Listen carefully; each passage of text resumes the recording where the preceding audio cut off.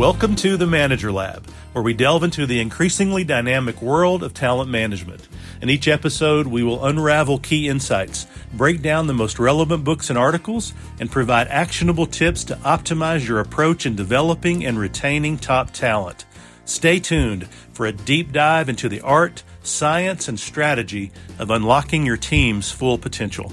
Let's enter the Manager Lab. Well, today we're diving into one of the most challenging and most important chapters in the 21 Irrefutable Laws of Leadership. It's called the Law of Reproduction. And John C. Maxwell, the author, summarizes the entire chapter in one sentence. It takes a leader to raise up a leader. Now, that may sound very simple, but if you really think about it, this law exposes one of the biggest leadership problems inside organizations today, because many managers are excellent at producing results. No issue there. But very few are intentionally producing new leaders, and those are two completely different skills. Maxwell opens the chapter with the story of David and Goliath. And what's fascinating about that story is this. The Israelites already had an army. They already had followers. They already had very capable soldiers, but nobody would move. Everybody was frozen by fear.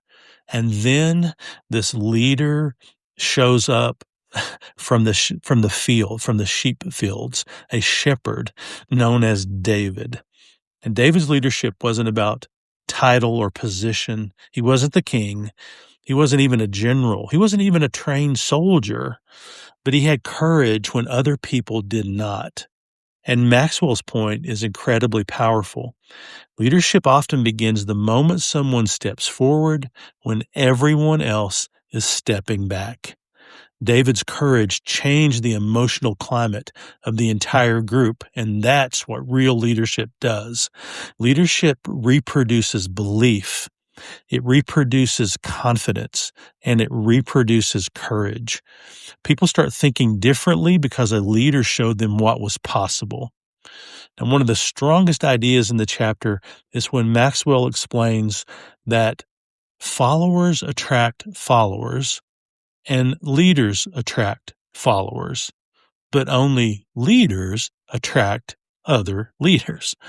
That's such an important distinction to make for managers because many organizations accidentally create dependency instead of leadership.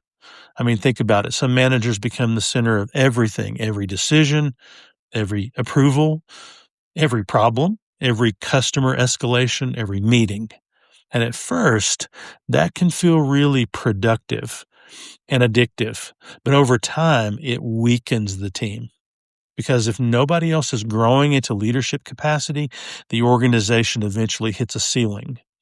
And Maxwell argues that great leaders don't just gather people around them, they intentionally raise people up beside them.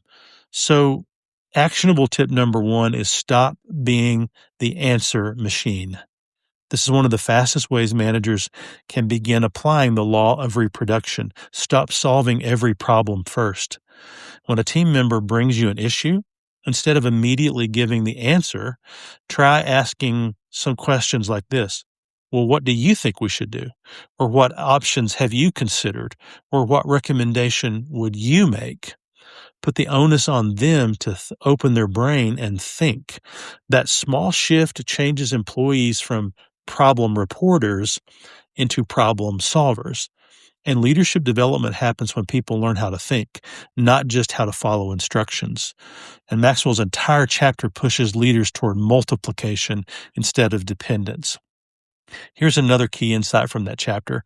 You can teach information without reproducing leadership. A lot of managers train people technically, but very few develop people leadership-wise. Leadership reproduction requires trust. It requires an opportunity, a responsibility, and then exposure to that leader. In other words, you don't develop leaders by letting them watch leadership. You develop leaders by letting them practice leadership. And yes, that means sometimes letting people struggle a little bit. Actionable tip number 2 is to give away leadership moments. Most managers delegate tasks, but leadership reproduction requires delegating leadership moments. There's a huge difference. So instead of saying, can you take notes in the meeting? Try this. Can you facilitate the first 15 minutes of this meeting? Or instead of saying, can you update the team? Say, can you lead the project review? Or can you help onboard the new employee? Instead of saying, can you help onboard the new employee? Say, I'd like you to mentor them for the first month. That's how leaders grow, not through theory, but through responsibility. And Maxwell repeatedly emphasizes that leadership grows through experience. He also addresses something uncomfortable in this chapter. Some leaders never reproduce leaders because they're insecure. If your identity is built on being the smartest person in the room, you're going to struggle developing strong people around you, because strong leaders eventually challenge ideas. They think independently and become very influential. And insecure managers often see that as threatening instead of successful. But secure leaders think differently. They measure success by how many capable people they develop, pushback or not. And that's a massive mindset shift. And here's a third actionable tip. Identify your, quote, future leaders. A practical exercise managers can implement immediately is by taking out a piece of paper and write down 3 names on your team. It doesn't have to be your top performers necessarily, but your future leaders, the people who influence others, the people who take initiative or stay calm under pressure, ask thoughtful questions, or demonstrate ownership. And then ask yourself, what intentional leadership opportunity am I giving each of them over the next 30 days? Because again, leadership reproduction never happens accidentally. It happens intentionally. The deeper message behind the law of reproduction is that leadership is not about personal achievement.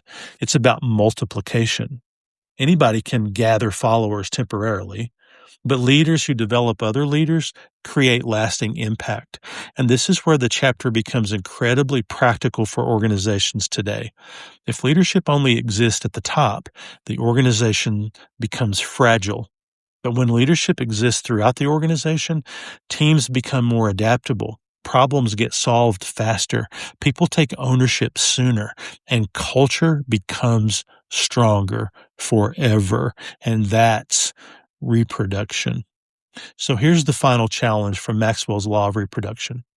Ask yourself this: am I building a team that depends on me, or am I building leaders who can succeed without me?